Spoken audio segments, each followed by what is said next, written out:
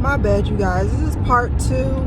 I had got a phone call, and that makes me so mad. Like, I should put my phone on Do Not Disturb when I do these videos. That would be smart. Next time I'm going to do that. I didn't think about that.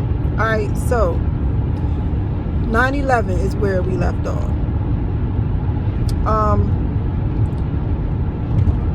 9/11, that was the first time people that was not exposed to trauma got exposed to it.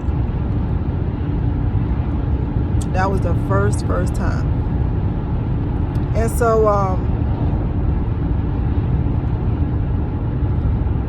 that was the beginning to me, because 9/11, it posed a lot of different, it had a couple of layers, a couple of reasons, a couple of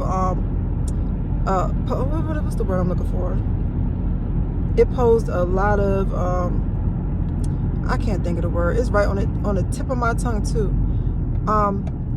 But it was helpful to them in a way, as though it got the people pissed off enough. They saw enough death, enough carnage, enough everything, to where as though people was pissed off enough to urge the United States to go to war, and to put world banks in places, and to, you know, overcome places that has not been overthrown yet. It put a face to evil, as they, you know, felt, because, you know, they needed to have an excuse to go up and run up into the Middle East. And you know what's wild to me is how Iraq, Iran, all of that, Iraq, Iran, Syria, Palestine, all of that is labeled the Middle East, but Jerusalem isn't. Israel isn't. You know, Israel isn't. I don't know. Yeah, isn't labeled the Middle East. You know why? Is that just me? I don't know. But it is the Middle East, though, right? Or am I lunching? I don't know. It says not. I don't know. Is it? I thought it was. However, it put a face to the boogity man.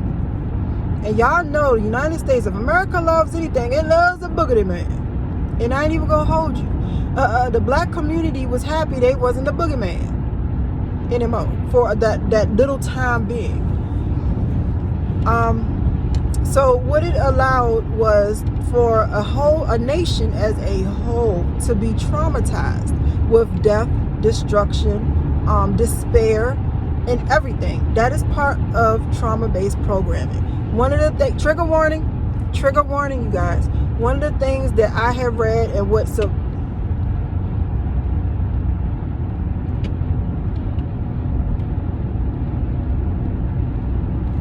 one of the things survivors had said had happened was, hold on, my car acting up, was that, you know, they would put them in a room or something with other people, like other children, and they would have a friendship with that child.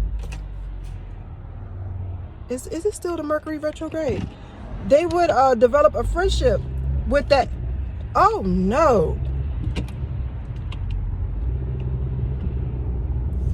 They would develop a friendship with their child.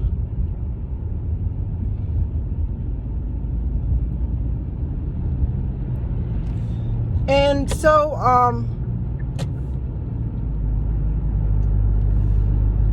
they would develop a friendship with that child. And so while they develop a friendship with the child, they would grow and they would like them and all that other stuff. And so trigger warning, you guys. After they developed this friendship with that child, they would then sacrifice the child in front of the other kid.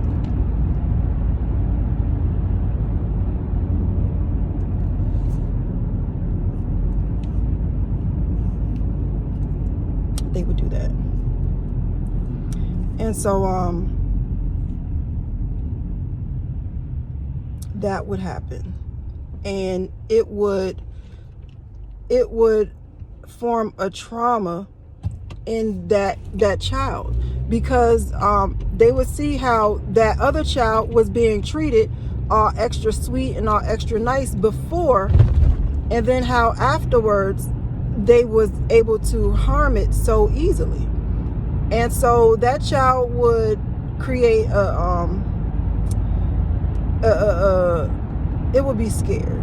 It'll be like, oh my God, you did. So it'll shatter. That child's mental would shatter.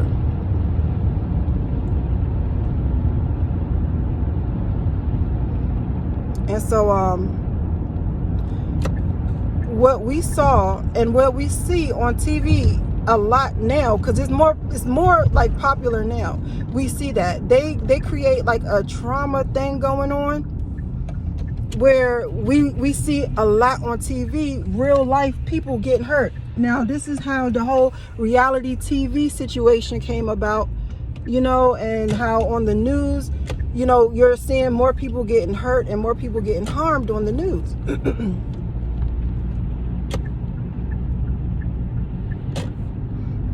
And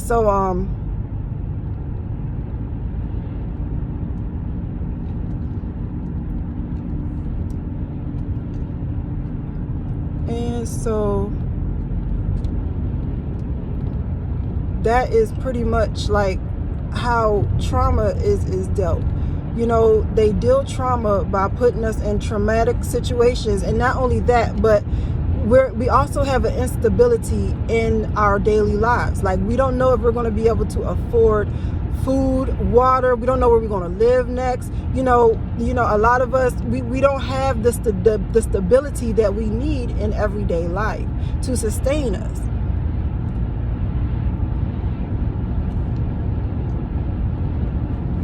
So yeah, you know, and if they do that enough, we will then, you know, start developing. You see it now. The society is breaking down, man. Society is breaking down, and that is how you have order out of chaos. When society breaks down to the lowest of the low, the bare minimum, then somebody comes out with, oh, we can do X, Y, and Z. We can do this. We can do that. We can save this. We can save that. We can, you know, help this and we can help that. And that is order out of chaos. And they want to make order out of chaos. And they plan on doing that. And so I believe that is how they are going to have or create a better society, you know, using trauma-based mind control. They have all of the TVs, all the channels, the social medias, all of that. That is why they promote dysfunctionality. They promote people being dysfunction. They promote, you know, all of that craziness, all of the backhanded, you know, all of that stuff, you know, is being promoted. So yeah, order out of chaos. All right, you guys, love you guys. Y'all have a blessed day, and I will talk to you guys later.